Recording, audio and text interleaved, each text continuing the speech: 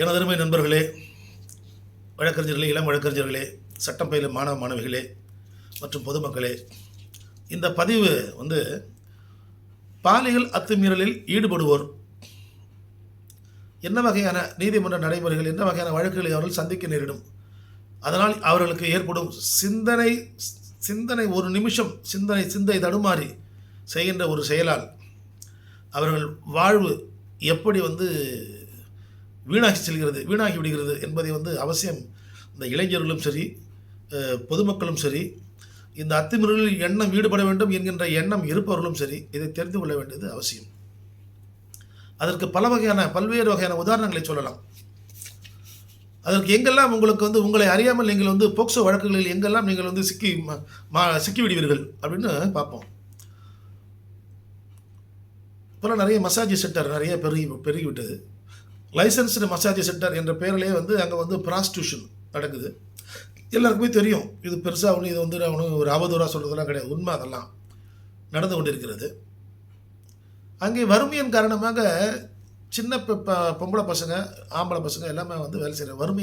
வறுமையின் காரணமாக வயிற்று பிழைப்புக்கு ஒரு வேளை சோறு இல்லையே என்று இங்கே சம்பாரித்து இந்த வயிற்று பிழைப்புக்கு வருகின்ற பெண்கள் தமிழ்நாட்டில் இருந்து பெண்கள் கிடையாது. எங்கேயோ ஒரு வட மாநிலங்கள்லேருந்து, எங்கேயோ ஒரு ஏழை வீட்டிலேருந்து ஒரு பொண்ணு அங்கேருந்து காசு கொடுத்து கூட்டு வரோம். நம்மளுக்கு என்னென்னா லேபர் சேவ் பண்ணுறோம், மிச்சப்படுத்துகிறாங்க. அது எப்படி இங்கே விபச்சாரத்தோடு தள்ளப்படுகிறது என்பதுக்கு எக்ஸாம்பிளுக்கு சொல்ல வரேன். அங்கேருந்து இருக்கிற சின்ன சின்ன பசங்களை வீட்டில் சாப்பாடு வழி இல்லாமல் கஷ்டப்படும். அவங்களுடைய ஸ்கின் ஸ்டைலை வெள்ளையாக இருப்பாங்க.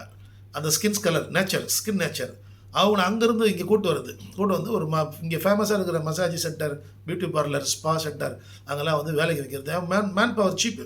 இப்போ பார்த்தீங்கன்னா நம்ம நிறைய ஜவுளி கடை இல்லை, டி நகரில் இருக்கிற எல்லா ஜவுளி கடையிலையும் வேலை செய்கிற அந்த பசங்களுக்கும் அந்த பொண்ணுங்களுக்கும் பார்த்தீங்கன்னா 10,000 தான் சம்பளம். யாரும் வந்தாலும் வேலை 12 மணி நேரம் 14 மணி நேரம் நிற்கணும். காலைல 9 மணிக்கு வச்சுன்னா நைட்டு 10 மணி 11 மணி தான் கடையை சாத்துறான். அங்காடி தெரு சொன்னல, அது அத்தனையும் பொய் இல்லை. அந்த அங்காடி தெரு படத்தில் நீங்கள் சந்தித்தது அனைத்துமே நிஜம். எவ்வளவு கொடுமை நடக்கிறது, மனிதனுடைய வாழ்க்கையில் எவ்வளவு வறுமை விளையாடுகிறது. அந்த அந்த அந்த மனிதனுடைய வயிற்றை அந்த வயிற்றை கழுவுவதற்கு அவன் எவ்வளவு சிரமப்படுகிறான். நிறைய விஷயங்கள் சொல்லிட்டு வரேன்.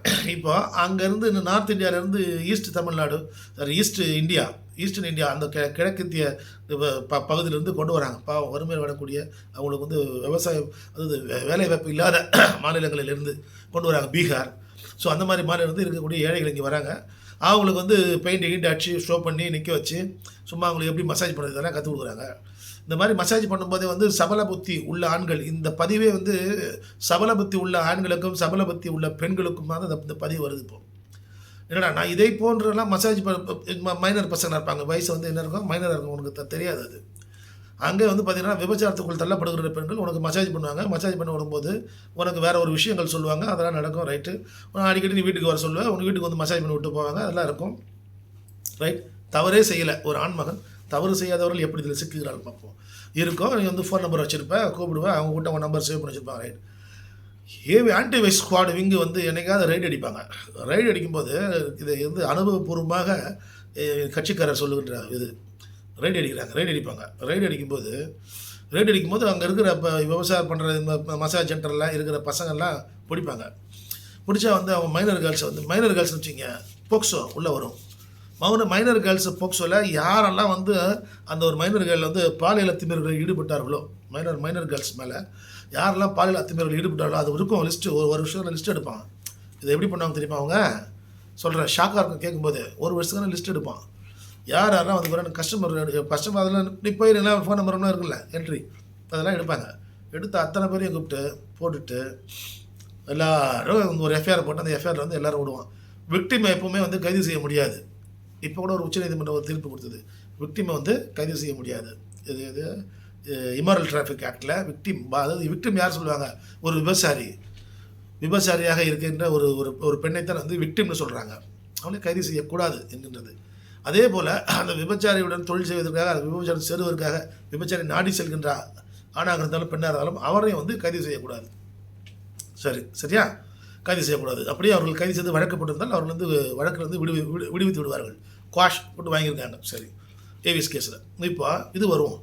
போக்சோவில் எப்படின்னா அவங்க மாட்டுறாங்கன்னா, அந்த பொண்ணோட ஃபோன் நம்பர் இருக்குல்ல, அந்த மைனர் பொண்ணு இருக்கும், அது வச்சிருக்கோம். ரைட். அந்த பொண்ணோட ஃபோன் நம்பர யார் யார் நம்பர்லாம் இருக்குதோ அத்தனை பேரும் அதில அக்யூஸ்டா கொண்டு வருவோம். நீ தவறே செய்திருக்க மாட்டாய் ராஜா. நீ நல்ல மனிதனாக இருந்திருப்பாய். வீட்டுக்கு வர வச்சு மசாஜ் பண்ணியிருப்ப. இல்ல நீ அங்க போய் மசாஜ் பண்ணி வச்சிருக்க. உன் நம்பர் அதில இருக்கும். ஏன்னா அந்த பசங்களுக்கு தமிழ் தெரியாது, பாஷை தெரியாது. நம்ம ஆளு எத்தன பண்ணுவாரு, உன் மேல கேஸ போட்டோம்னா கதை முடிஞ்சுச்சு. நீ அப்புறம் போக்சோ கேஸ்ல சுத்தி நிக்கணும். எவ்வளோ இருக்குது குடு செட்டில் பண்ணணும்னா நீ வேற வழியே இல்லாம பணம் குடுப்ப. பணம் குடுத்துட்டு அவன் கேட்கல கூட நீயே முன்னாடி வந்துருவ. வேற வழி இல்ல. இப்படி எனது கட்சிக்காரர் எனது நண்பர் ஒருவர் ₹50,00,000 கொடுத்து விட்டு தான் வெளியே வந்திருக்கிறார் இந்த ஒரு வழக்குலேருந்து. அவர் சொன்னாரு, சார் நான் எதுவுமே பண்ணல. என்னுடைய நம்பர் வந்து அந்த மொபைல்ல இருந்துச்சு. ஏன்னான்னா, எங்க வீட்ல வந்து ஒய்ஃபுக்கு வந்து மசாஜ் பண்ணுறதுக்கு, காலத்துக்கும் அந்த பசங்கள நான் வர சொல்லுவேன் வீட்ல. அப்படித்தான் இருந்துச்சு. அதே மாரி எனக்கு ஒரு 4 தடவ மசாஜ் பண்ணி விட்டுருக்காங்க. இல்லன்னு சொல்லல. எப்படி சொன்னாரு, நான் அமைச்சர் பொன்முடி ஒரு வீடியோல சொல்லுவார்ல, நான் இல்லன்னு சொல்லல. என்ன நான் சொல்றது அப்படின்னாரு. அதே மாதிரி நான் இல்லன்னு சொல்லல. எனக்கு 4 தடவ மசாஜ் பண்ணி விட்டாங்க. அவ்வளோதான்.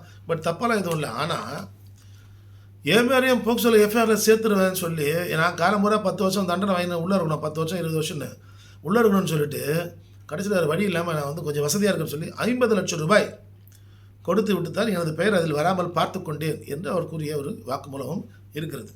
அடுத்தது, இதை போன்ற போக்சோ நீதிமன்றங்கள் இருக்குது பார்த்தீங்களா? இதெல்லாம் பார்த்தீங்கன்னா ஒரு மைனர் 18 வயசுக்குள்ள தான் மைனர் குழந்தைகள் தான், மைனர் தான்.